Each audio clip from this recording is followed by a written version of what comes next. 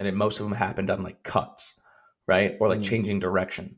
Which if that's the case, then what happened was that person, if we like keep stepping back and removing and removing and removing and removing, it kind of comes down to, and like this is obviously an inference on it. It's not necessarily the actual study, but that's what studies are for, is for us to make inferences for further studies. It's like, okay, well, they probably were out of position. So it's almost like it's a mental injury in a sense, because they were out of position and had to try and maneuver to get that done into a bad spot to produce force to get out of it, which bang, bang, boom.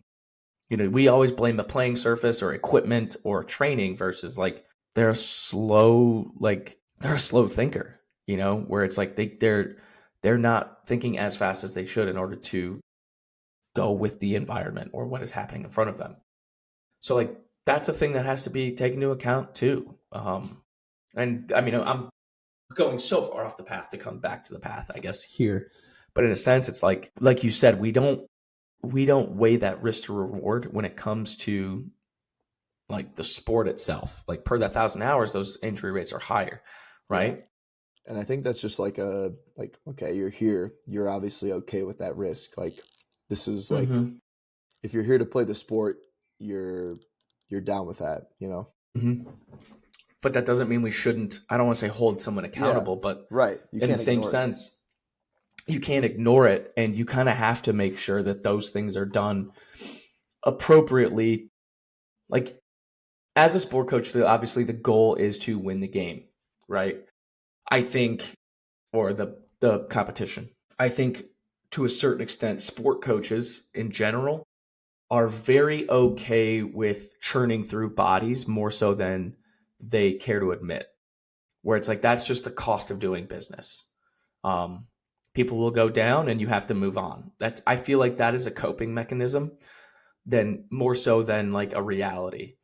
And being on the sport coach side, like if someone even has like a soft tissue injury, like I had someone who clipped a hurdle and came down in an awkward position, pulled a hamstring because there was an overextension. It's like, I can't control that.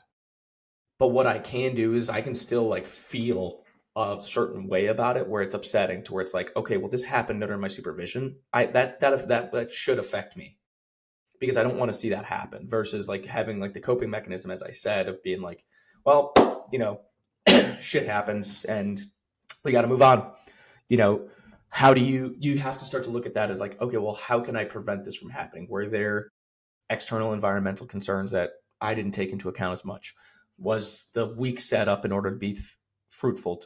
Did I train them enough in this capacity that like for such an accident to occur, was the body prepared enough to withstand that just in case? All these different variables have to come into play, and a good coach, whether it be a sport coach or a sports performance coach, will start to think about those and say, how can I prevent this, or limit the rate at which this happens, or reduce the risk of this occurring again? I don't think it's done enough.